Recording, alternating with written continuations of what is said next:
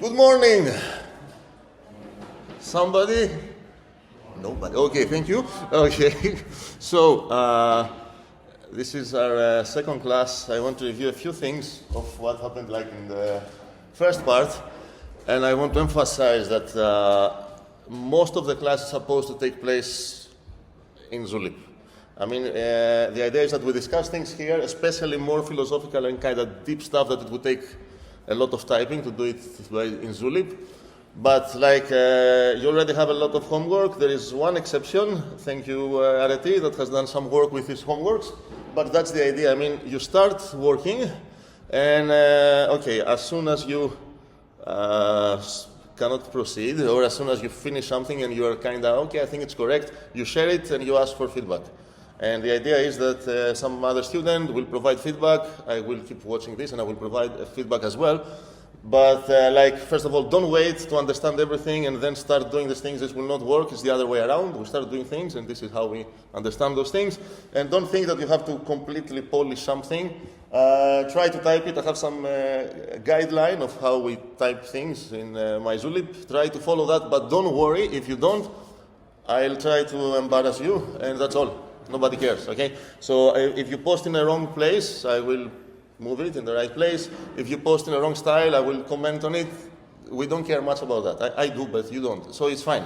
So you should be doing more stuff like outside this classroom. And maybe I should close this door, I think. Yes, definitely.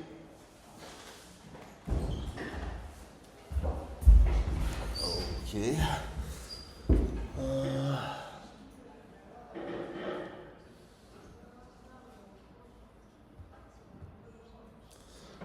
So let's get on with it.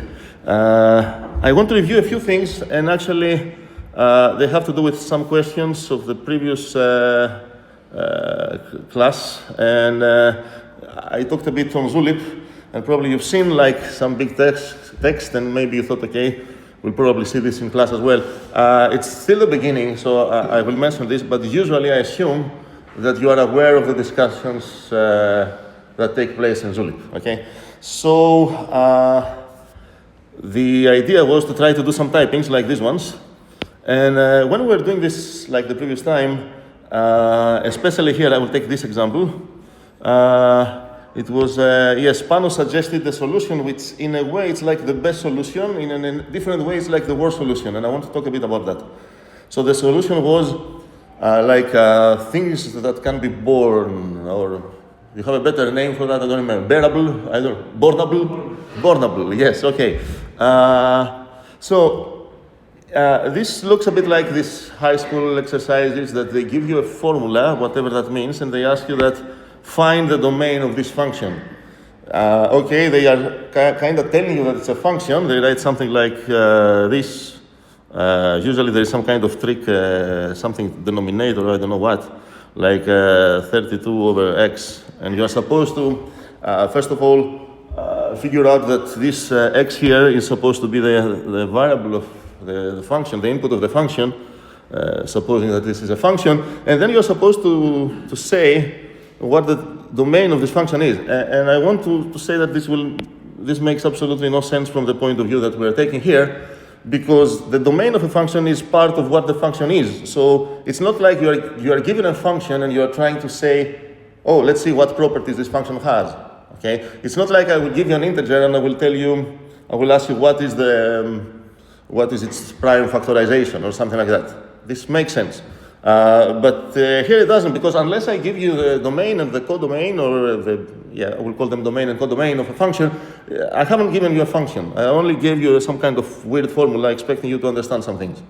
And how this works in high school, you're supposed to find from all the possible functions one that has like the largest domain, and you say, okay, this is the correct domain of the function. So it kind of presupposes that this thing already exists, and there's a world of functions or whatever they are, and they are all comparable somehow. Usually they're not, because you see domains as sets, and maybe some set is not a subset of the other, and they are incomparable. But anyway, it works, let's say, in high school, and you do some working out exercises, and yeah, that's how things work there. Okay, so in a sense, this solution to say that here the correct typing for this is bornable because it's the most general one. It has merit in context where we don't have these types and everything like is in the same bag, untyped stuff, dynamic stuff. But not really, because you can say rock and roll was born in Greece. This was a different idea. Okay, so yeah, so it was Manolis who is not here. It was like, yes, an idea, democracy or rock and roll, whatever. So in this case, you can say, okay, there is a different typing, which is not comparable, because, I don't know, bornable is not, I don't know, maybe rock and roll, you don't consider it bornable, but then Panos will say, no, actually, when I said bornable, I included the metaphorical sense, and I mean creatures, ideas, whatever can be used like as an info. So in this sense, it's useless, right? I'm trying to convince you that, on one sense, okay, you got the most general one, and this has to do with a question that was like, why do I need the 42 as a natural number if I already have it as an integer or something like that? So the idea is the more you expand the things you permit there, maybe you are thinking kind of naively that, okay, I gain more things, because now more things will be useful. Because if you give me like a person, I can plug it here, and if you give me an idea or rock and roll, I can plug it here as well. So I have a more useful thing. But the problem is that since you have expanded this so much, you cannot do pretty much anything with it.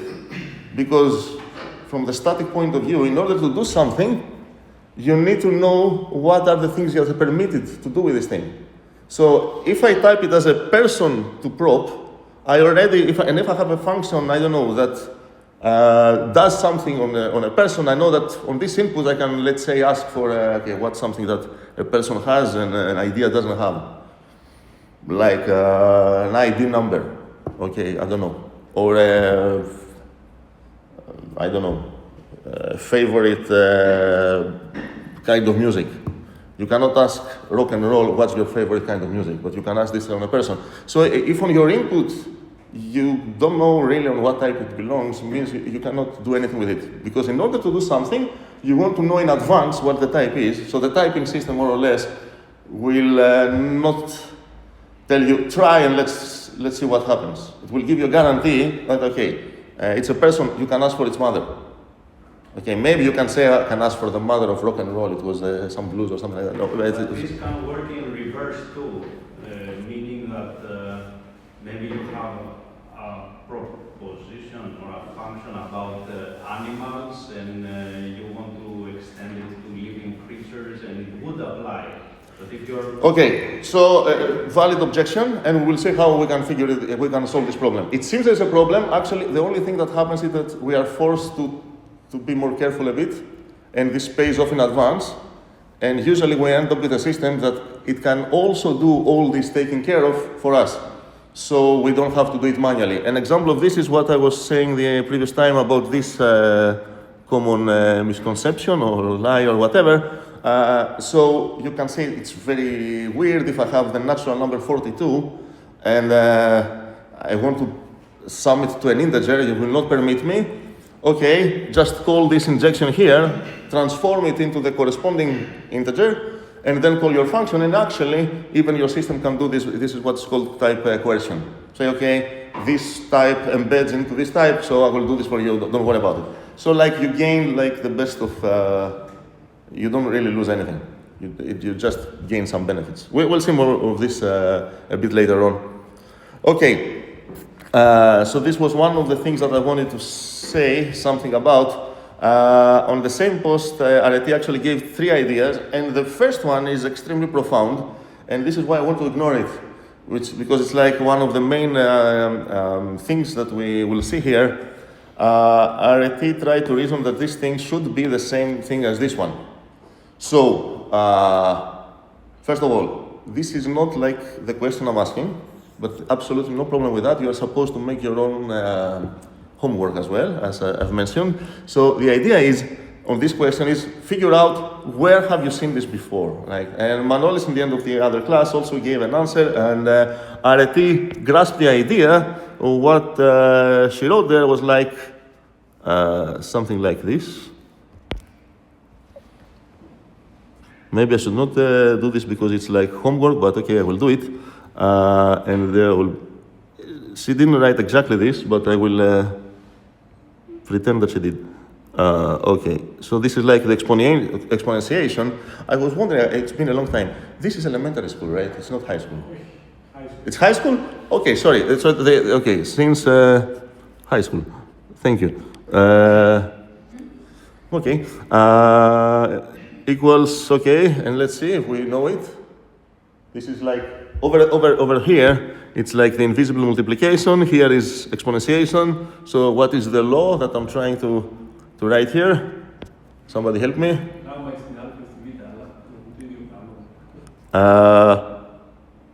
What? Okay, so no, it's not the same thing. That's the whole point here. Wait.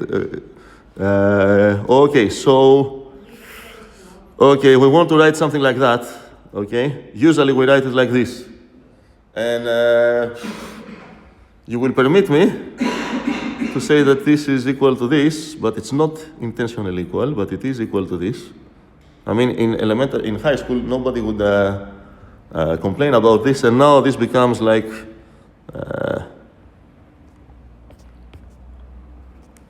okay, so we've seen this before, everyone, I hope. Like, right? Yes, okay. Just a second.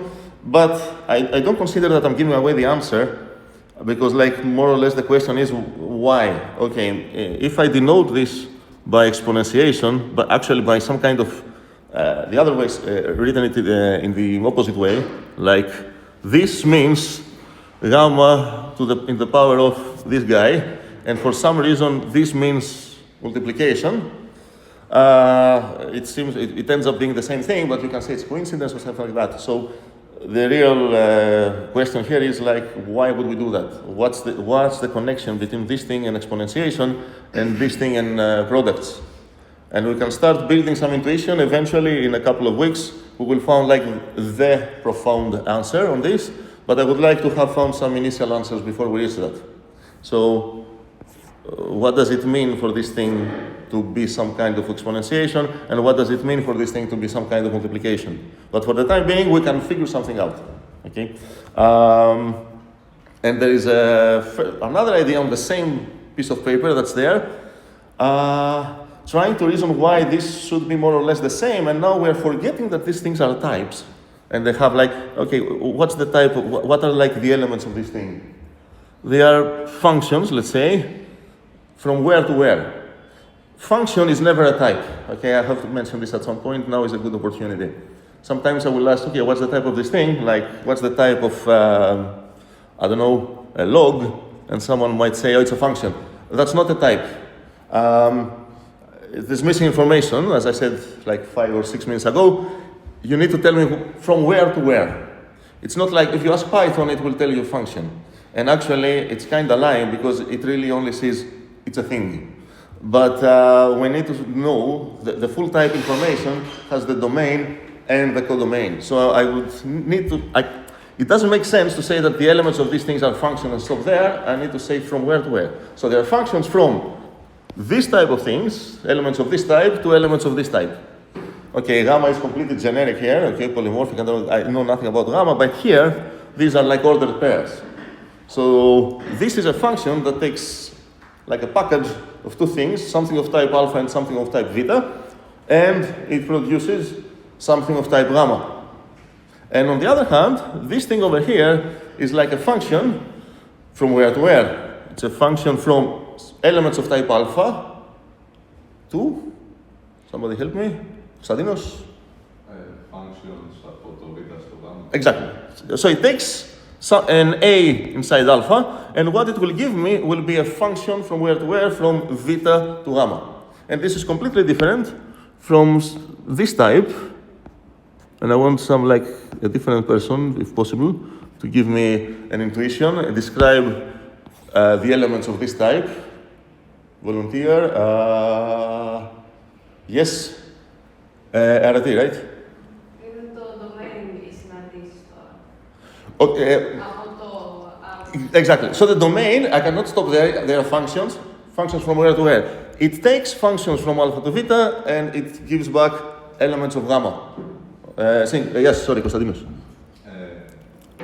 Στο αβ προς γ και το ισοδύναμο, θεωρούμε ότι υπάρχει ένα κρυφό τρίτο βελάκι τέλος πάντων για το αποτέλεσμα.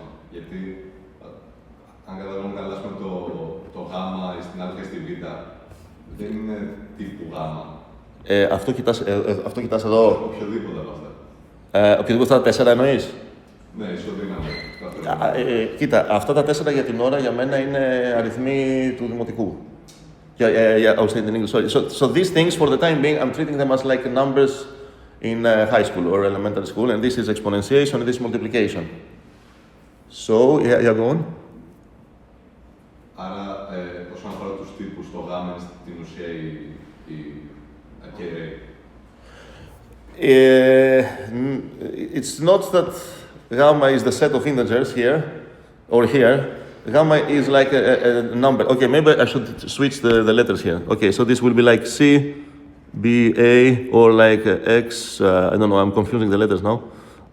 Y, Z equals X, Y, Z. Όχι, απλά θέλω να πω το γ και το γ στην αβ ή οποιοδήποτε από αυτά ανήκουν είναι ίδιου τύπου. These three types can be anything. For example, let's give a concrete example of this type. Like this could be like the addition that you know since always. And in this case, alpha, beta, and gamma, all of them are integer, integer, integer. And so an inhabitant of this type is addition. While here, it would not be addition, it would be like a function that you give it an integer, and then it gives you back a function that adds this integer to whatever you gave it. We will come back to it. It can be a bit like tricky. I will come back to it actually in this, I hope so, in this lecture. When we will talk about the notation for applying functions. I hope it will make a bit more sense. But, so first of all, we appreciate this difference, I hope. This is an intentional difference, right? No, it's, okay. To compare these two, like this and this, okay, or even this, and try to say are they extensionally equal or are they intentionally equal, even the question does not make sense because in order to compare things for equality, they should have the same type. Now, if you're comparing the actual types, you can say, okay, I don't mean you meant the elements or the types? The type. The actual types, okay, so you can say this type is the same, what's the type of this thing? Okay, it's a type. Supposing that alpha, beta, gamma, I have already mentioned which of these guys they are. And what's this? It's a type. So you can say, I can compare them. But it will take us a bit to discuss what a notion between equality between types should be. For the time being, we have this thing, and I didn't mention what it means. So I'm being informal for the time being. But the idea is that, like, you can translate in a faithful way back and forth things from this type and that type without losing information either way. Intentionally or extensionally? I don't understand what intentional translation means. I'm trying to understand really the difference between intention and extension, and I'm trying to apply it to everything I see. Don't hurry that much. Give it some time, but for the time being, intentional and extensional, we are only mentioning like equalities. And I just told you that there are like two functions. Let's call this one f and this one g. And I haven't mentioned anything about equality. There is a hidden equality there when I said that the translation should be faithful. This kind of means that if you go forth and back, you should be able to come back where you started from. So you need an equality within this guy. And this is the normal equality, like extensional equality. And or whatever this type considers things to be equal. And the same thing if you make this trip. But the general idea of like what I want to pass at this point is like you've seen something similar before here, first of all, but we should justify and appreciate the idea of justifying what it means to be like an exponentiation or what it means to be a product or multiplication, and we'll do that together at some point. And the other one that was getting to is when RT was trying to figure out that these things are like similar in some sense, she kind of forgot about the fact that these are like types and they have like elements as functions and said, okay, I will treat them as like logic formulas, like somehow this became conjunction and somehow this became implication. And this is a very, very, very profound idea that's behind all of the things that we're doing. So we'll do this a lot. We're pretty much, like this is a teaser, discovering that types and propositions in certain sense are interchangeable. It's not really different if I say the type of a Cartesian product and somebody else is saying the conjunction of two propositions. And this is what we will get to. So for the time being, I will simultaneously ignore this this part of Aretti's answer and like acknowledge that this is like one of the very, very, very main points of our of this class. Okay, so one more thing before we go there. If I type this like as a person here or as a mammal here, and I'll try to put Thanos here, somebody can say, okay, it works both in both cases. It does work, but it's not the same Thanos. Okay, one is Thanos as a person, and the other is Thanos as a mammal. And the important thing is that in Thanos as a person, I can do different things from what I can do in Thanos as a mammal. And I hope that this is starting to make some sense. So, some not so silly typing now. It will become easier because I will move to like more mathematical examples and less personal or social stuff. So, like if I write something like this, 3 plus whole, and I ask for a type, can somebody give me a good type for this? Manoli, thank you. Yes. Not true. Okay. Like that? Oh, wait. Okay, so Natural is natural. yes, so like before seeing anything here, by the fact that I spotted a hole, I already know, let's do this together, like bit by bit, how I could solve this. I already know there's an arrow somewhere, okay? On the left, I have to ask myself, what kind of things can I put here? And now if you think, I can put like 5 here, but it doesn't make sense to say that it's from 5 to something. I need to ask what's the type of 5. And Manolis visualized this type as a nut, a natural number. And now I plug this, my working example, back there, and I ask what's the type of this whole thing, so that I can find what's the correct typing here. I hope this makes sense. And in this case, it's like nut again. And yeah, are we happy with this example? Okay. Yes, very happy or not? Yes, very happy. Okay, it doesn't have to be persons, rock and roll and stuff like that. Okay, more familiar stuff. Okay, so what about this thing? I will keep saying this. If you can, someone who has not given a reply yet, would be nice to start learning some new names. I forgot your name. Sotiris, thank you. And sorry, I will keep doing that, so don't take it personally. Ideas. One idea. 2, you have never spoken so far, right? Yes. What's your name? Constantinos. Constantinos. Okay. Are you on Zulip? No, I came here today. Okay, will you come back? Yeah, I will ask you in that. Okay, go on. So what's your guess here? I guess whatever to whatever. What? Oh, okay. This like as soon as we have like an idea of whatever, we're like entering like the domains of the mentality of Python, let's say, of untyped stuff.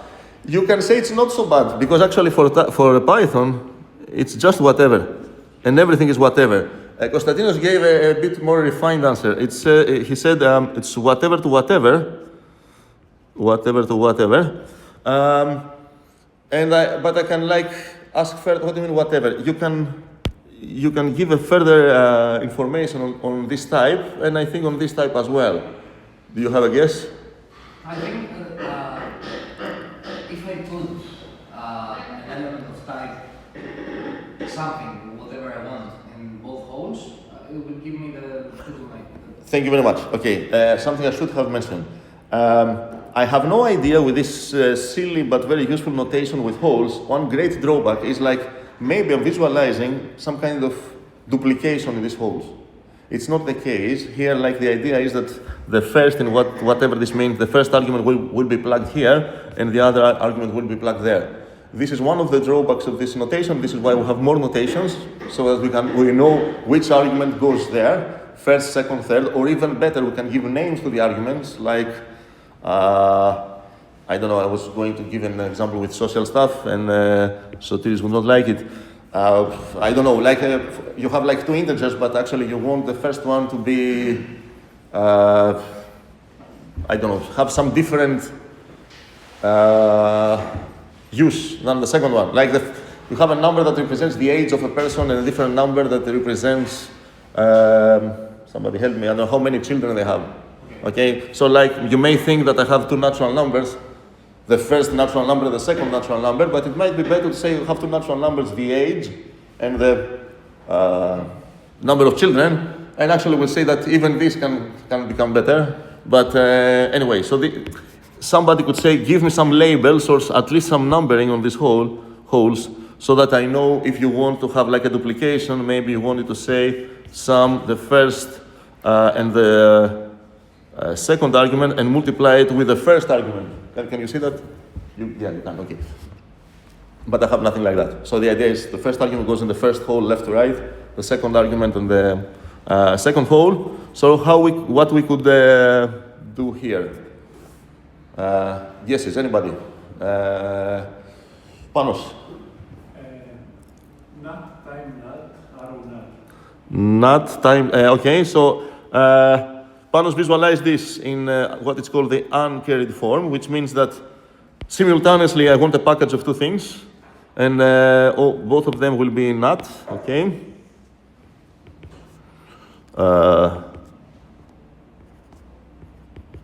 And I will use a parenthesis here, and in case you plug like these two natural numbers here and there, the question, like for example, 3 and 5, what's the type of this thing? Okay, it's a natural number, so I have a complete answer, which is a valid typing for this one. Makes sense for everyone? I hope so. And a different typing, which would be the carried form, which would be to say, okay, let's try to follow the guideline that Thanos did right here. I saw a hole, I know it's an arrow. Okay, I will see this hole first, so I know it's an arrow. And now I want to ask two things. To find out what the type of this thing is, I will ask what's the type of the elements that I plug there. So one possibility would be nut, because I can plug, for example, 3 here, so I get this. And to find the answer of this thing, I have to say, okay, if I plug 3, what's the type of the whole thing now? And I already have this answer, it's right here. So the type that I'm looking for here is like this type here. I hope that this makes sense. If it doesn't, okay, and I need some parentheses here, because now if you don't see the recording of this and just see this written down, you have no idea how it's parsed. So it's like that. Both things are correct. Depends on what's your convention of how to read when you have multiple holes. Okay, so with the convention, first see the first hole, then see the second hole. This would be like a more proper answer. If you have the convention, check all your holes and consider that you're plugging all the arguments simultaneously.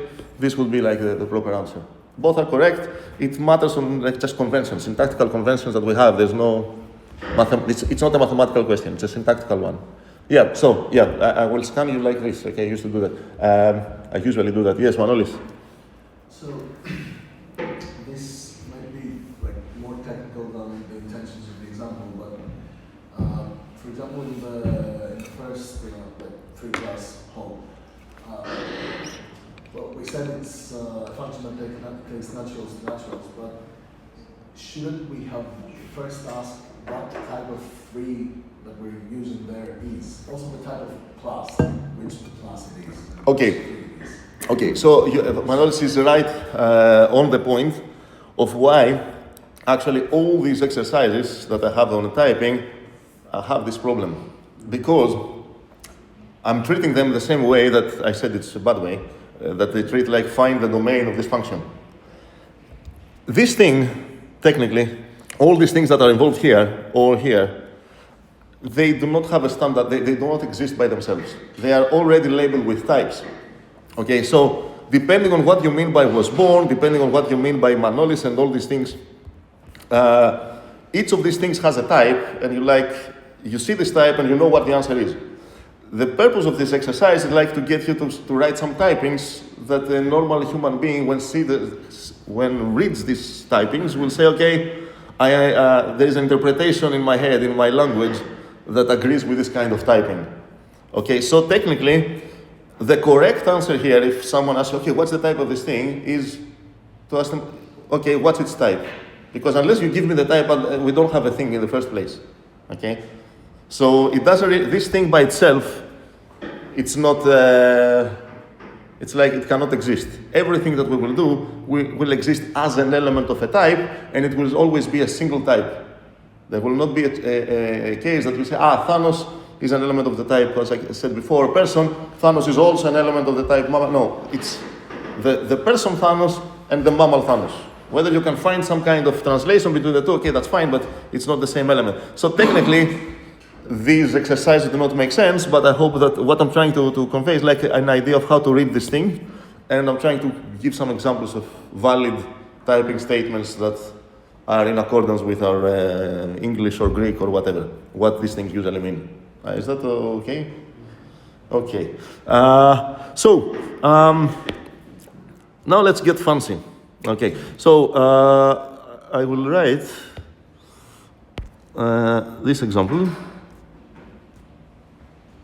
And I mean, why not? Okay, this is not an S, this is a 5. Ideas. And please don't tell me, we already know that this kind of question is not valid because you just said it's invalid. But let's try to pretend that we don't know. Anyone who has not spoken so far.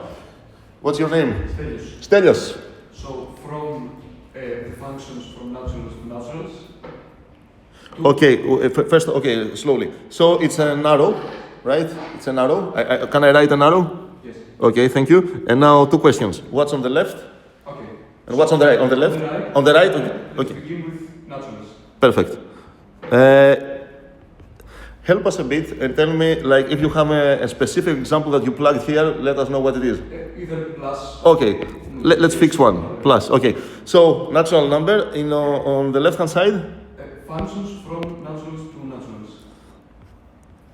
Yes. There is a slight problem. It's a very good approach. Okay, let's see your specific example, which was a plus. What's its type? If it was from natural to natural numbers, you would ask, what's the sum of 42? And you would get back a natural number. You get what the problem is or not? Yes. Okay, so example of a function like this is like the factorial, for example. It's a unary function. It takes a natural number and gives back a natural number. Okay. So from either naturals, product naturals to naturals, or... Okay, depends on how we okay, so this would be let's write it down. It's completely your choice of how you want to interpret this plus sign. Is it in its carried form or uncarried? Let's say you visualize this. Okay, I will not try this again. Okay. And you may think, okay, this is overly complicated, but I promise you that when you see this in everyday math, this happens in your brain, okay?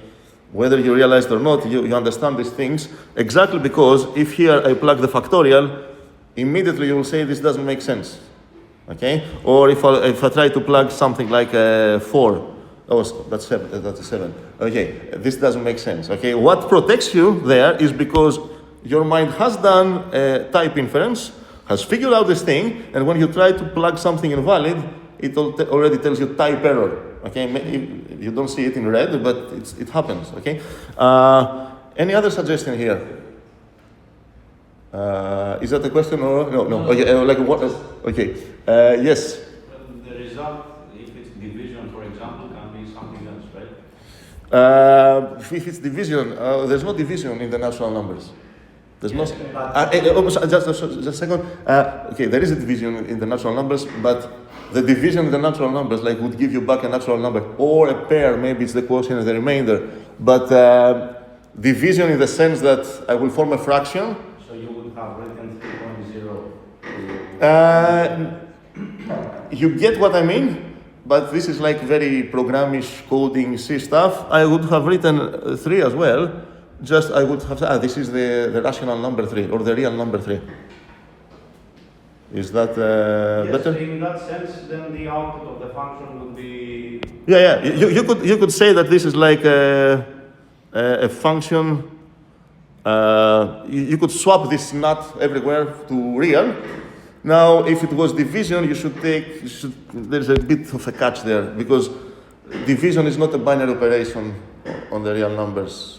Like division, I mean this, I don't know, this thing maybe, or this, or the thing that forms fractions. Okay, why is it not an operation? Yes, please. On the real numbers. We're on the real numbers. What was the question? Why division is not an operation? Okay, the proper answer, like you can, on the real numbers. Before you give the answer, you could say, we don't know what operation means, okay? And it's a very valid thing, and maybe we'll discover this now. Manoj, what's the problem? Problem is that the second argument is not any real number, it can be 0. Exactly. If I say that I have a binary operation on real numbers, it means that for any given pair of real numbers, I will produce an output, okay? So I don't get to use this arrow, which means function, which means that for everything on the left, I will give you an answer. I can write like some fancy symbol that means like partial function, which means that maybe I will not give an answer at all, but if I do, I will behave like functions do. Or maybe we can say something, okay, consider like some division, that if you try to divide by 0, it gives you back like 42. And let's call it division, and everywhere we talk about division, we have to say, if this number is not 42, such and such things hold. Or we can make it like not something of this type, like a different suggestion here. So the first argument can be any real, and the second thing can be something like, let's say, non-zero real. I will write it like this, different from 0. Sorry, I'm writing nonsense. Two reals. You have like many options, depends on what you want to do, which of these will be the more suitable. Be careful. This thing and these things are of different types. So if you plug 3 here and 5 here, and 3 here, these are not the same 3s. Okay? Suppose you have a function that takes any real number 3 and the non-zero number 3 and gives you back a real number. Okay? So this is, okay, so just a second. So this is like vocabulary. Let's define what it means to be an operation on alpha. Maybe you should write that the output is real 2 instead of R. I treated them as a synonym. Actually, imagine everything here to be the same thing. Like whatever you like. R or everything real. But I want this distinction here. Figure out a way to separate these two. So like, okay, some kind of definition maybe. I want to define what it means to be like an operation on a type alpha. So this would be a synonym. I'm defining this to be something of type, I mean binary operation, okay? In general, you can have like n-ary operations. This would be a binary, something of this type. And that doesn't mean that I cannot have like alpha across beta to something else. I will just not call it an operation on alpha. So operation on alpha will always mean that an n-ary operation will have like n copies of this of arguments. And since I'm saying things about operations, I will also define predicate because I think Sotiris mentioned this word in the first class. So a predicate on alpha is just, I will not even say define here. It's like completely synonymous, like syntactic sugar as we say. It's just a different name for the same thing. just a nickname. So this would be, any guess for what the predicate on alpha is? Okay, it will go from alpha to prop. Anything from alpha to prop is called a predicate on alpha. For example, B, a prime number, is a predicate on the natural number, on the integers, let's say. B, have at least cardinality 7 is a predicate on sets and all that stuff. Is that these two words? Okay, I will use predicate and op, but I think it's not so useful when you write things. I mean, we could write here something like, and sometimes we'll do that to save a digital link. A binary operator on the natural numbers, and it produces a natural number. This would be valid because this thing is like a complete synonym to this thing. It's just written in a different way. Depends what's easier to read in every. Okay. So, is everything okay? Yeah? Two things. First of all, I think you need a parenthesis there. Probably. Where? For the arrow. Where, sorry? For the arrow. Oh, okay.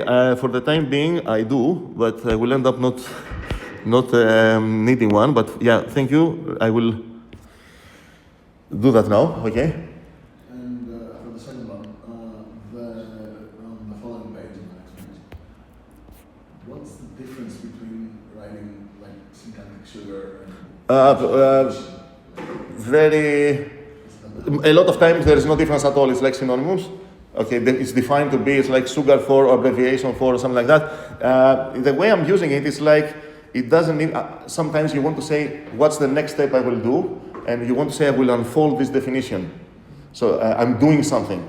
I'm translating this definition with the system I'm working. I'm translating what, I don't know, what A divides B means. And now it becomes, after one step of proof or whatever, it becomes like there exists a K, blah, blah, blah. While when I use sugar, I mean like it's not even visible to your system. Like it's like a macro in C, if you've seen something like that, or in any language that has macros. Like it's immediate. You don't spend. If I ask you how many lines this proof has, you don't count this as a line in the proof. Okay, but it's like a subtle and different people will use it in a different way. Okay. So another thing I could plug here is something like divides or less than. Okay. And what's the type? Quickly a type for this. Yes, Konstantinos. Not pro. Very nice. Are you done? Proper would. Okay, good question. We'll come back to this right in 1 minute. So let's follow my guideline, okay? So there is a hole there. So first of all, it's an arrow. What's the left hand side? Okay, we ask what the type of this thing is. And what's the type of this thing? So what? Sorry? Pro. No, sorry. Maybe it's not this thing I'm asking. It's this thing. You said it correctly. It's like not. It's a binary. It's a like a predicate. Unfortunately, predicates we don't say binary stuff like that. Sometimes we do. We can also call it a relation, binary relation on alpha. But okay, let's say we don't want fancy vocabulary. We'll say it's not. Cross not. Okay, this arrow will go here to prop. And if you plug it in, what's the right hand side of this big arrow? This thing is not a natural number. I mean, 3 less than 5, that's not a natural number. What is it? It's a prop, right? I think when you said it the first time, you said everything correct, but okay, so does that make sense? This became a proposition. This is not a natural number. 3 less than or 5 is a proposition, and this is the type of this. Uh-huh. Ναι, πρόκειται εξ αρχής, αλλά Okay. δεν καταλαβαίνω γιατί έχουμε δύο. So the type of this thing is the type that goes on the left of the arrow, because it's what goes inside the hole. Okay, and the type of this is what the the entire expression, sorry for my accent, the whole and whole, I pronounce them the same. The entire expression will become if you plug the correct thing there. The correct thing, okay. You could also plug divides, different element of the same type. Okay? Questions? No, perfect. Okay. I asked about bull, but maybe. Yeah, thank you. So this is, if you see, if you see on the buzzwords, this is one of the questions that will come up frequently, and think of it like that. 3 less than or 5 will not return an object called true or false. It will become the assertion that 3 is less than or equal to 5. Does that make sense? Okay, perfect.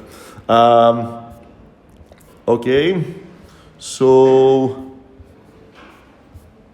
I can finally, I think if I keep going on these details, I will bore you to death. Today will be the experiment that will go without a break. Anybody is like dying for a break? Thank you for not admitting it. Yes? Can I ask you something about the bull versus prod? Yes. I didn't understand. What do you mean by the ascension of a whole thing becomes a whole Okay. Why is it different from Okay. So let me give you a bit of a different example. Like I'll plug 6 here, and you say big deal, it's the same thing. But consider these two possibilities, like these two propositions. Somebody plugged less than or equal. Is it mine? No, okay. And somebody else plugged divides. Okay, let's visualize this as something that returns bool here. Okay? So the moment you plug this, what you have in your hands is what? Yes. What, sorry? True, yes, the Boolean true. Yeah. I will call the Boolean true, I will denote like that. And the moment you plug this, you have what? This is why I changed my 5 to 6, okay? Because 3 divides 6. Okay, Yeah, so you have true again. But it's like completely destroying what the two propositions mean. I want to have to look at the actual proposition and not its truth value. I understand. Okay, so another answer would be, we have an infinite number of propositions. These are different propositions. A different thing to say 3 is less than or equal to 6, different thing to say 3 divides 6. Both happen to have the truth value true. Okay. And you could have a function that returns bool, but it's a different function and it's very... It's more richer. It's richer. Way richer, okay? And if you actually collapse all props to truth values, pretty much every theorem that you proved is just saying true. So, and everything that is not a theorem is just saying false. So, but surprisingly, this is what classically mathematics, this is unfortunately how sometimes mathematics is supposed to be seen. Okay, so I don't want to bore you to death, especially because we don't have a break. So let's have some kind of break, which means we switch a bit of a subject, and we start talking about logic a bit. So these are the connectives. I wrote them down the previous time. So are you familiar with all these symbols? Okay, this is kind of fancy. Maybe you have not seen it, but the rest. Oh, maybe the first two as well. Anybody has I don't know. No, the blue ones are like, we'll use them interchangeably. Maybe we're using we're seeing some logic here and some logic there, and we want to differentiate between, but usually we will use them interchangeably, and the same thing as here. So this is this denotes implication, and this denotes implication as well, okay? Not different implication, just, you might see them, you might see both of them being used even in the same text, or usually not exactly the same formula. This will never happen, it's just a crime, but I want you to be familiar with both of them. Yes, with either, with both, sorry, yeah?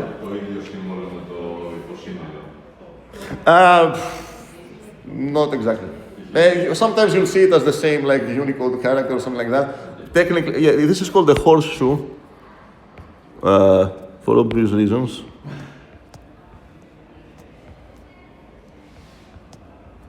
And this is called a wedge. And this is called, for obvious reasons, a V. Okay, I'm giving you, and this is just like to train you in seeing these distinctions. These are the names of the symbols. Okay, this is not what these things denote. Here we have conjunction. I should write this in some like a different color or something. Okay, I will read. I will need some space. So okay, let's go.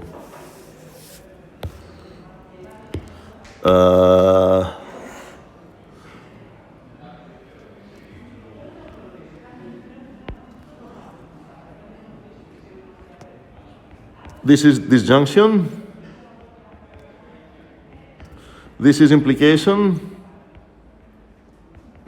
This is negation. This is what we will call for all. It's not really a good name.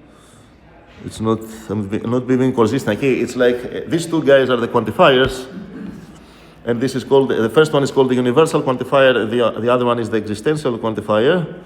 I will just call this exists, and I'm just figuring out now a great advantage of having a break, because it's a bit noisy outside. Exists, and this is like equality.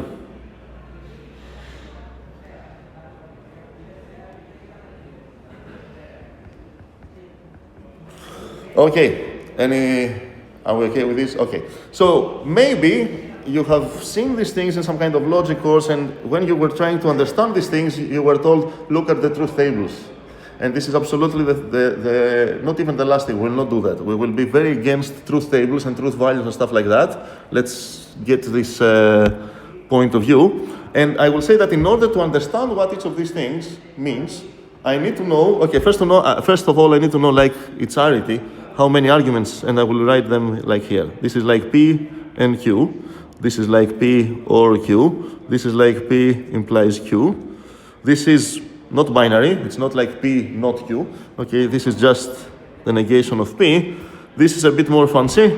It's like for every, I don't know, X of type alpha, and then something about it, phi of X. And this is similar. There exists an X of type alpha such that phi of X. And equality, it's actually like that. Some object U is equal to some object V. Okay, the good news is that there are only 7 that we will now need to learn, let's say, and discuss. And for each of them, I have to know 2 things in order to have the right to say, I understand conjunction or I understand disjunction. One is how I prove this, or how I attack it. I will use this metaphor. It's something I'm trying to kill. And then when I kill the monster, I prove the theorem. And I get the right to write this,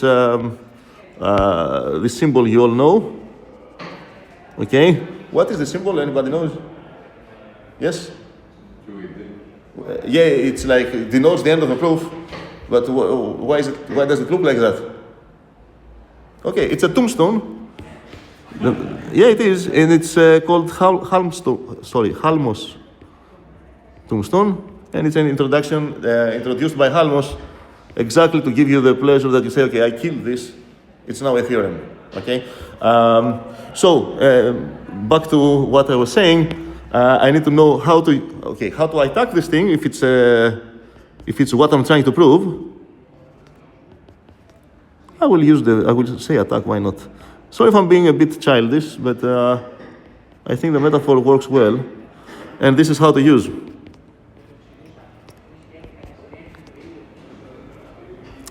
So if I'm trying to prove something, and in my hypothesis, my data, I have a conjunction. What use is it for me? What can I do with it? And on the other hand, I'm trying to prove a conjunction. What counts as a valid proof for a conjunction? So if I know how to reply the answer to both questions, I get the right to say I understand conjunction, let's say, and we'll deepen this. So I want to ask for suggestions, like what should count as a proof of like this thing. Instead of asking when is it true, it will get you to think in truth values. If the truth value of P is true and the truth value of Q is Q, then the conjunction has a truth value of Q. I don't want that. I'm not asking what is its truth value and when its truth value is true. I'm asking what counts as a proof of this thing. And of this thing. And in the same way that when you were thinking truth values, you were allowed to say, look at the truth value of P and look at the truth value of Q, and now I will tell you what the truth value of the conjunction is. You can assume that I know what a proof of P means and what a proof of Q means, what it means to prove P and what it means to prove Q, but I don't know what it means to prove the conjunction. So we want an answer that possibly consults what it means to prove P and what it means to prove Q. Ideas? I hope I'm not getting too philosophical. Yes, Konstantinos? P and Q can be proved under the same assumptions. Okay, there's a catch here. There's a tricky thing here because we are using the and sometimes in English and sometimes reading the conjunction out loud. This can be a bit problematic. So when you said and, you meant it in English or like you meant this symbol? You said, let's pronounce this conjunction. We'll never pronounce this P and Q. No, never for the next 30 seconds. Okay, so when do I get the right to say that I have proven the conjunction of PQ? What's your answer? Your answer is correct, but I want to emphasize this. Όταν αποδεικνύεται το P conjunction Q. Okay, so it was not so pointless to point. I will translate your answer, and your answer was correct, but it's like a bit subtle point. I have the right to say that I will prove the conjunction if I can prove the left part of the conjunction, and I can prove the right part of the conjunction. Does that make some sense?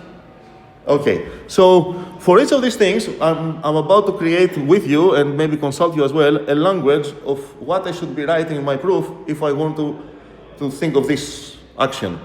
I will call this, and we will probably change it for the time being, split. And the idea is that I'm splitting my proof in two parts. You would never write this in a text. You say, first I will prove this part, the left part, I don't know, and then I will prove the right part. But now I want to start visualizing these things as commands. The same way I'm like, as if it's an imperative kind of programming language, do this, do that, exactly like Euclides is doing these things back in the day. Take the compass, put it there, draw a line. It's a sequence of orders. Okay, it's imperative. Do this, do that. And this split means split the proof in two. And as Konstantinos said, it's from the same assumptions. Okay, so let's try to play like a little game with a specific example of trying to prove something kind of silly, but not so much, from the theory of integers. Let's say I'm trying to prove, okay, this statement for all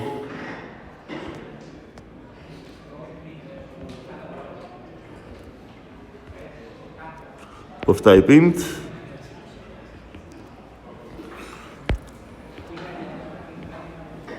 if I will write here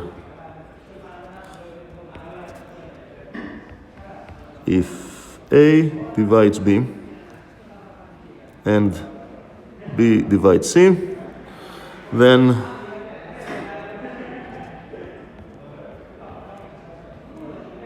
A divides C. Okay, so I'm claiming that this is a theorem. I will denote theorems by theta. It's the first letter of, not of my name, don't confuse it. It's the first letter of the word theorem. And if I write this, like social pressure dictates that I have to immediately write proof here, because otherwise I can only call it a proposition. Something I did not mention in the first class. Mathematically, we will treat the words theorem, lemma, corollary, and maybe some other as synonyms, but not the word proposition. I'm emphasizing this because, like, sometimes you see in books, it's very common, like proposition 3.2.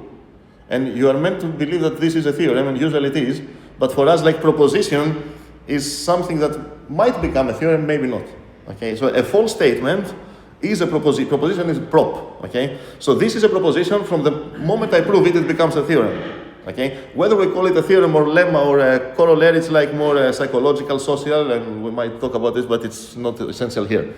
I'm saying this because usually you say, what's the difference between proposition and theorem? Many mathematicians will say it's the importance. No, propositions, anything that has a meaning. Theorems are those things, propositions that we have proved. Okay, just I want to finish this little game here, how it will work, and then I will give you the microphone for questions. So, how should I prove it? And I want to see this like if you have ever programmed like in a language that has like a REPL, read, evaluate, print loop, which means you open Python and you have a prompt and you start programming there live. If you have not done that, it's okay. But the idea is that you give commands and something happens. So, for example, you type like x equals, it's not really an equality, but anyway, equals 5 on your prompt, and then you get a new prompt, and something happened in the background. Okay, you know that something happened, but because now if you ask for x plus 2, you will see like 7, and then you get a new prompt. While if you had tried this before defining x, you will get an error. So something happened. There is a state. Like think of it as a game board, like just like in chess, and you dictate the moves, and things happen on this state. And this state is always like a table of two things. So I have the givens and the goal. And anything that I will write on a proof that will not change something on this table here is useless, or it's a comment. I don't get to say, okay, I have. You see this sometimes when you correct like first year students or people who are not used to write proofs. They write a lot of stuff, and nothing is happening. Okay, and they may say, okay, I have written like 50 lines and I get 0 marks. It's like programming and only writing comments. Okay, you didn't do anything. So let's see how these things work. So I'm here, which means that this thing has been loaded to be proven, right? So what's the initial state here? Any ideas? What are my givens? I want to see like many suggestions. And I would like to select someone who doesn't know the answer, because it's important to... Okay, Maya will be the first time. Okay, what are the givens? Okay, who agrees? Okay, so I will repeat the answer. It's 3 integers, A, B, C, and the fact that A divides B and B divides C. Is that right, that you said? Okay, so Maya said, I have 5 givens. I have 3 integers and 2 propositions. The integers, sorry, not 5 integers. I have like A, B, C, 3 integers. I have this fact, and I also have this fact. 5 things in total. Who agrees? I'm sure more people agree. Yeah, okay, thank you. No, you don't agree. Περίπου. Μήπως το α δίνει το b και το b το c γίνονται givens μέσα στην απόδειξη.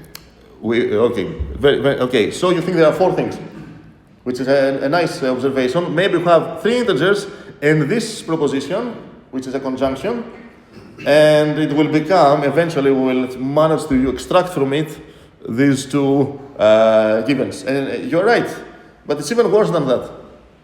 Yes? I think that... Konstantinos, right? Yes. Okay. ABC are the integers, okay? So I have ABC.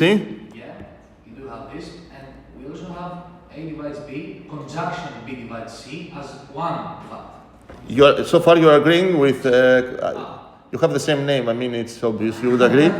I think you were... can I pretend that you said something else? Yes, of course. Okay. Okay, so the first Konstantinos said it's actually not 5 things. Okay, I will start writing this, it's very important. Like the first guess by Maya was A, B, C. I have that A divides B, and I have that B divides C. Okay? Konstantinos say, wait, you want too many things for free.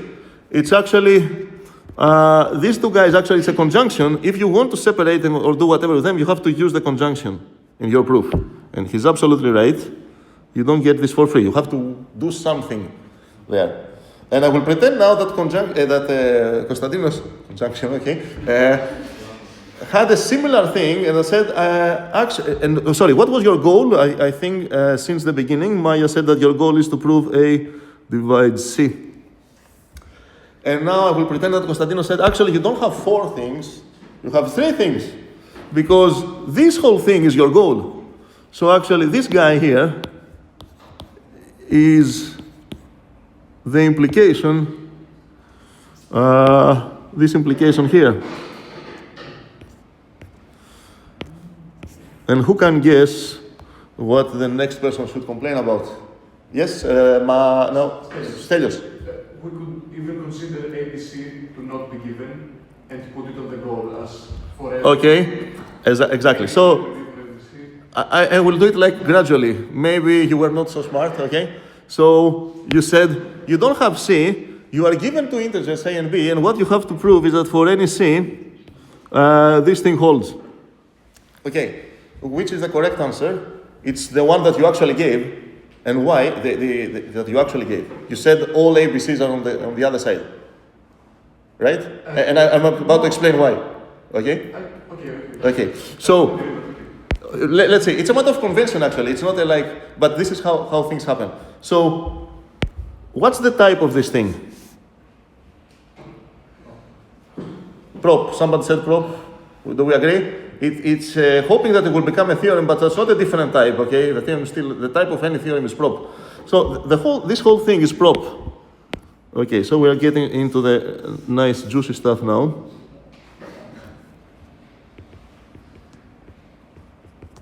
Okay?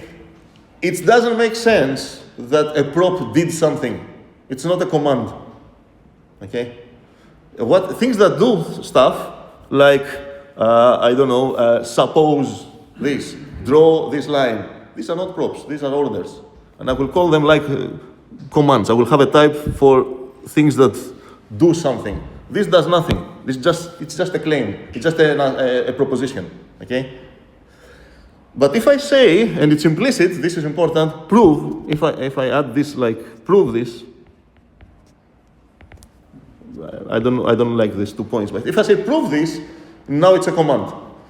And what the command prove does, it takes its argument, which in this case it's this whole proof, and plugs it as a goal. So seeing this type?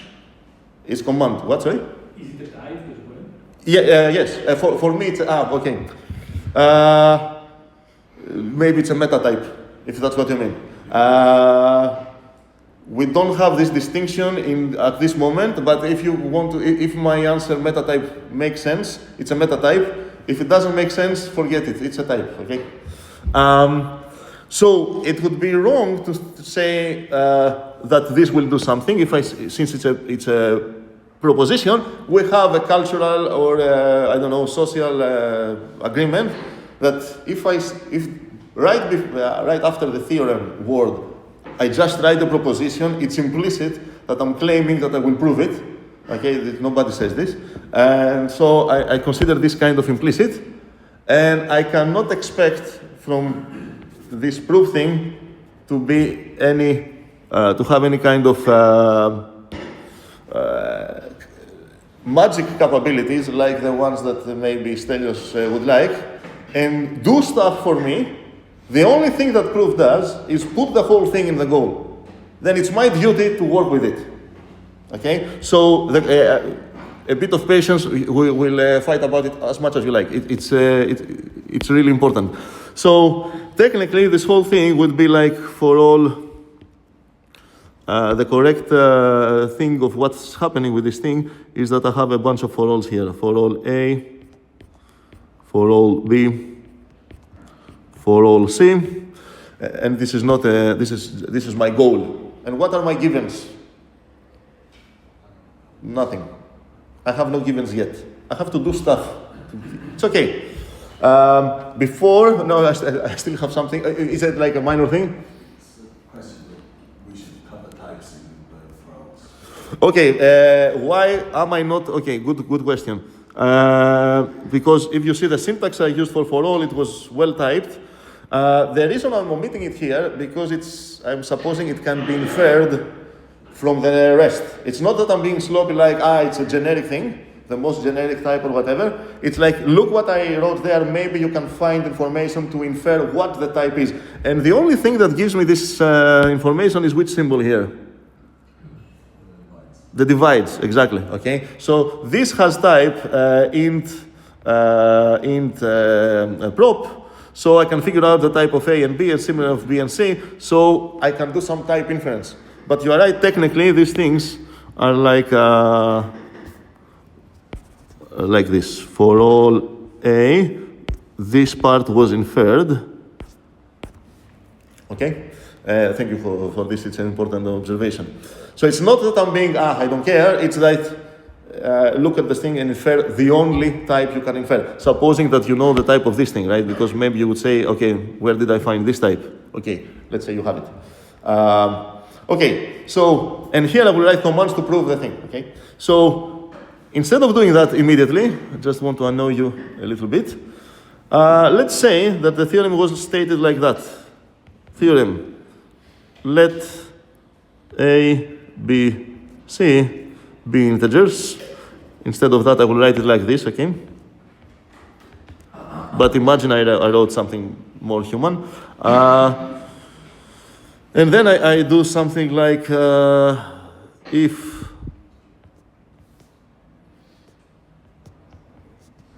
then, okay, what's the difference now? Do you see it?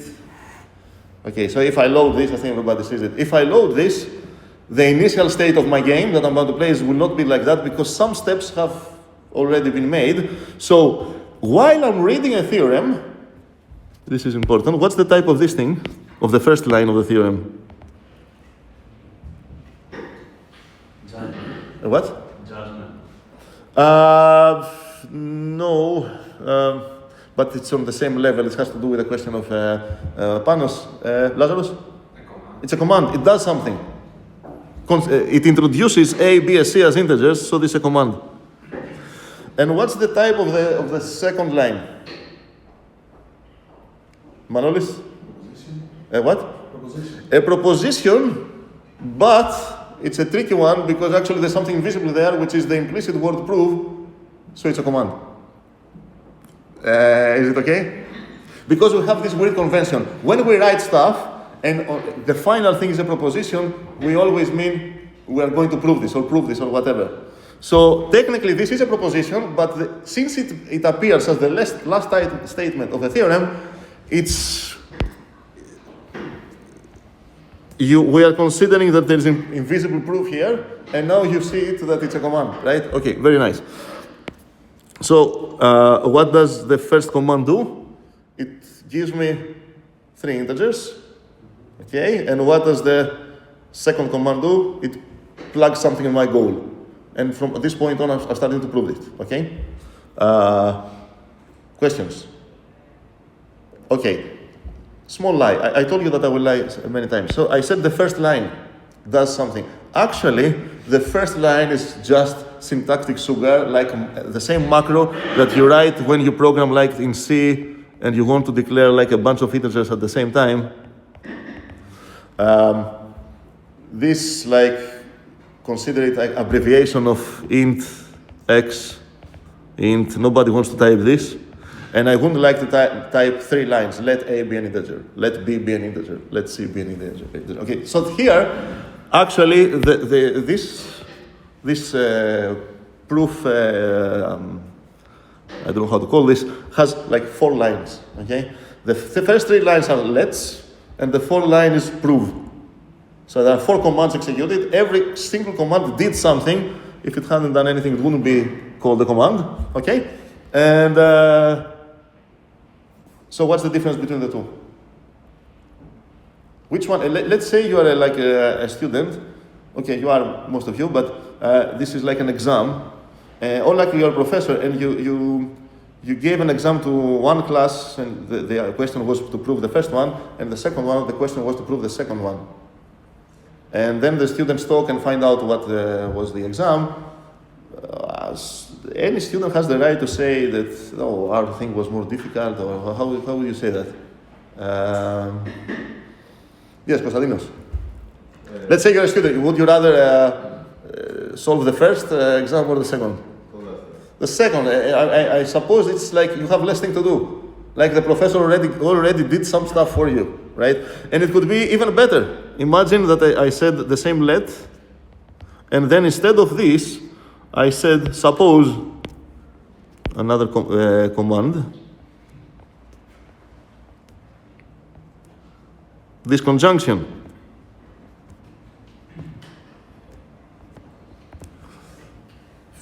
Even better, because I have a goal. Or, even better, suppose this, and here's the difference. Fancy one, that's why I mentioned this. And that, okay, what's the difference? I only changed this logical symbol and I used English. Manolis? Now we're supposing both propositions, while before we were supposing they're So how many lines is this one? 2. Yes, so this is like 2 lines in this case. An abbreviation, suppose A divides B. Full stop. Suppose B divides C. So it makes sense to say I prefer to solve the other one. On the other hand, there is something that's been taken away from you, and it's extremely important, which is the liberty and the, I don't know how you want, the expressivity of picking your own names. Because as long as your goal was for any integer A, B, C, something happens, you could choose some different names for your ABCs. Okay, so these are what are called bound variables, and I will not get into this in detail now, but we will discuss this. So a first line of this proof would be completely valid if you say let, I don't know, U, V, W be some integers. And what is your goal now? Sorry, aren't the two versions the same? This is what I'm trying to debate, to figure out it's not the same. Because it's like playing a game of chess and somebody has already made some moves, and you say it's the same thing if they hadn't made those moves, because I would make the same moves exactly. But it's not the same. When you start playing the game, the board is in a different state. It's like the professor already did some moves and asked you, go on now, try to do checkmate. And on the other hand, the professor didn't do these moves. You may say, but they are obvious. They are the only move or the obvious moves I will make. Okay, but still it's different, because you start from a different board, a different state. So if I execute this command, what's the effect on my givens and my goals?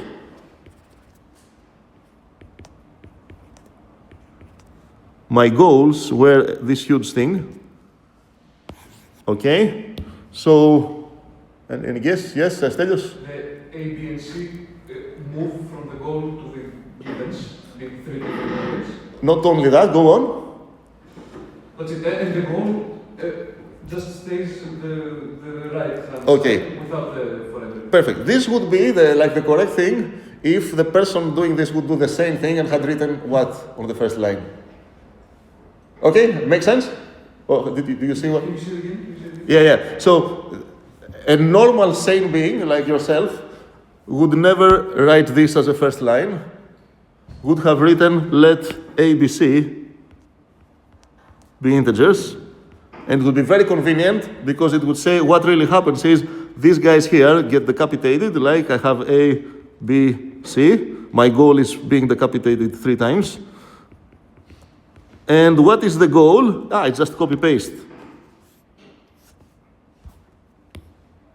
Sane person would do that. For whatever reason, the person who wrote this first line of the proof didn't choose the names ABC. Chose to call these 3 arbitrary integers by a different name, and it's absolutely their right to do so. Okay? For whatever reason, I prefer U, V, and W. Technically, my goal doesn't have ABCs. It's when we have, there's no A, B, C, because these things are not in my scope. So when I have for all A, for all B, for all C, these are just links, right? I mean, I could do this kind of design. So it doesn't make sense to think that somebody already, you see it, but it's psychological. So let's wrap this up. By the fact that I wrote here UVW, my givens are now UVW. And here comes the supposedly difficult part, because what is my goal? I have to carefully substitute all A's for U and V and W. So my goal would be that. And this is like pretty much the only difference. the only reason a student might prefer the first one, I don't like ABC. I want to prove this with UVW. It seems completely silly, but I will be quite, I don't know, I will insist on choosing proper names and meaningful and indicative names. For me, it's the most important part of programming. Choose your names. I mean, that's the biggest challenge is always to choose good names. And this will be like U divides W. Okay? So, anybody want to try to prove this thing? Like, what would be the second line?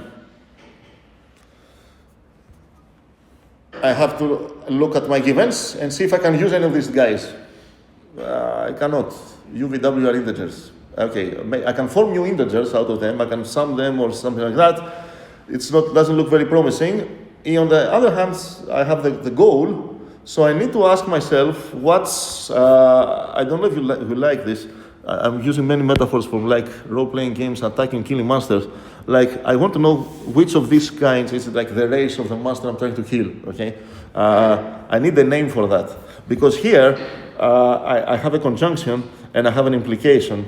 And I hope that the parentheses help me answer the question, what's the race of this monster? Like, what is it? Is it a conjunction or is it an implication? And I need parentheses to know that, or at least a convention that tells me where the invisible parentheses should go. So is it an implication or is it a conjunction? Manolis?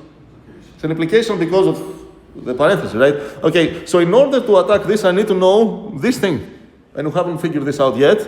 So we are asking ourselves, what should be a way, how do we prove implications? Implications pretty much say that, let's say, I doubt that you can prove it, like that P implies Q. And what's the deal? You're supposed to infer Q, but you have the right to ask for P. That's the whole deal with implication. So what is the thing, the command, that you should be allowed to do in this case, that you should not be allowed to do it in any other case? Yes? Why should I? Okay.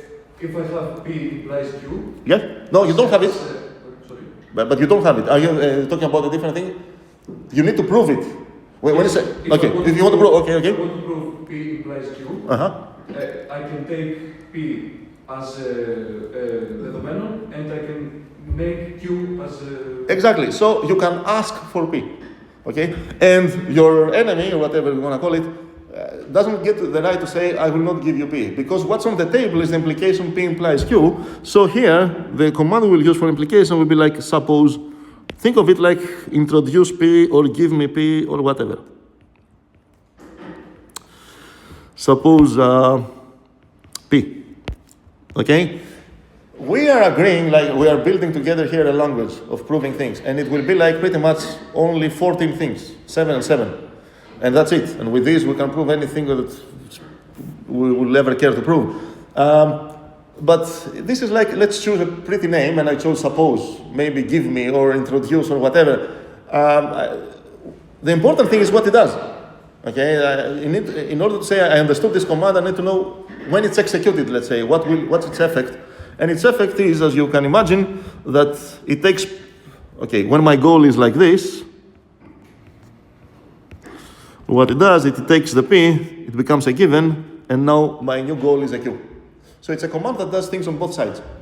I gain something, good, and I also damage the monster I'm trying to kill, right? Okay, be careful, I can only do this, and this is something that pretty much I think every student of mathematics has heard this phrase. You are not allowed to suppose what you're trying to prove. Who has heard this? I mean, please back me up. It's a very common mistake. You start the proof, and the first thing you do, you assume the thing you want to prove, and your professor or teacher tells you, you are not allowed to do that. This is like, okay, technically it's correct, but it's way worse than that, because you are not allowed to suppose anything except in the very only case that your goal has this form. And even then, there is only one thing that you can ask. You can suppose, give me P. Because if I take this like this advice, wait, I never asked for the thing I'm trying to prove here. I'm asking for whatever, for a different proposition R. What's the problem? Well, the problem is that you are only allowed to ask for things if you are trying to prove an implication. Otherwise, I will not give it to you because I don't have to. Okay, it's like. But in isότοπο απαγωγή αυτό δηλαδή. No, this will be like we will waste. It's not a waste. It's a beautiful thing. A lot of time trying to understand the reducting something to the absurdity and how this compares to proving a negation and what's the difference. This will be like a big chapter. But forget this because I have never mentioned even negation. This will be the next class. So for the time being, at least, the only time I am allowed to say suppose is this. You are right that we do this sometime, but for the time being, ignore absurdity as a negation. We'll come back to it. Yes, tell us. But we also have conjunction. Can we do similar things about conjunction? If I want to prove P and Q. We already know how to prove this. It's this thing. We just break the thing in two. Yes, tell me. Yes, can I not? It's not exactly that I suppose something, but I want to equivalently prove P and prove Q. And this is exactly this, the role of this command. That's what it's for. But doing that and doing the suppose thing is pretty much not the same thing, but it's the same thing in terms of logic. Suppose is similar to a spring, basically. So Maybe man. suppose is similar to a spring, basically. It's not. No, wait. I want to emphasize it. It's let's say for the way I see this, it's completely different because one is how like you prove conjunctions and the other is how you prove implications. Right now, what you have to prove is like a combination of the two. Maybe you will say, right? Maybe I don't know. But the conjunction will end up on the givens. Maybe it would be like a more interesting example for this if you had something like this.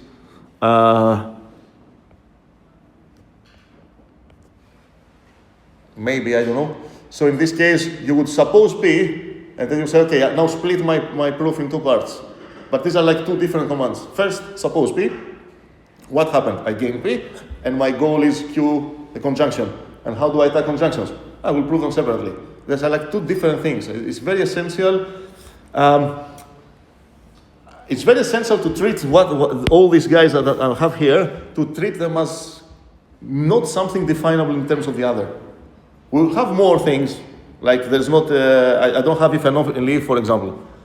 I will not need it. The primitive ones will be 7. I'm just saying 7, so this time I'm not lying. So for each of these, I will just need to know a way to use it and a way to attack it. And I don't know if it is like a satisfying answer. Or... I think about it. Okay. And please share your concerns on Zulip, okay? I see that we are running out of time because it was like the 90 minutes and everybody is tired. I think this is not actually, it would be nice to quickly prove this thing. I will write down the proof and pretend that we have already covered those things, and we will keep discovering them as we go. So let u, v, w be integers. Suppose, second line, suppose this conjunction.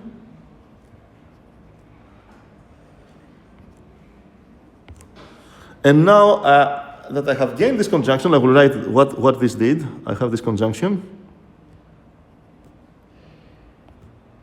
And what did this do on my goal?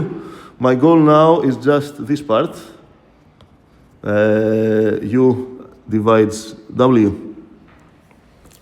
And now I need to use this conjunction. And if I think about it like the conjunction has these two parts, I can think of it like a package, which like when I open, I know there is a left part and a right part. And I should be able to extract at free will whichever, or even both, if I need both. So I will use like a command to extract the left part from U divides from this thing. I will give it a name. From 1, and I'm doing a very bad thing now on purpose because we want to start doing less bad things, and I will start from doing it uglily. From 1, and can anybody guess what the effect of this command is? What happens on my goals? Nothing. Thank you. What happens on my givens? Manolis. You divide me. Yes, and I don't lose the package, okay? And what's the other one? The second line will give me V divides W. Am I done? No, because I haven't killed, there's still some surviving thing, this thing there. And now I get to ask, I should ask what the goal means. And this is quite important why I wanted this notation. What does U divide W means? Because if I look on my table, there's no divides here. I don't know how to attack divides, okay? But divides actually is just an existential thing in disguise, okay? So this is just exists K such that UK equals W. And the same goes for these guys, okay? And if I know how to attack existentials, I can make some progress. And if I know how to use existentials, because these are existentials as well, I can make some progress. I'm using my tools in order to get to where I need to get. Okay, it's already like 5 minutes past my time here. So I will end the lecture here. It's like a very quick question, but we'll go on Zulip, okay? If I continue with this pace, we are doomed, okay? So we will not prove this silly little thing. We do these things, but for a different purpose. Any quick question? Perfect, okay. So till in a few minutes in Zulip, I hope somebody say something.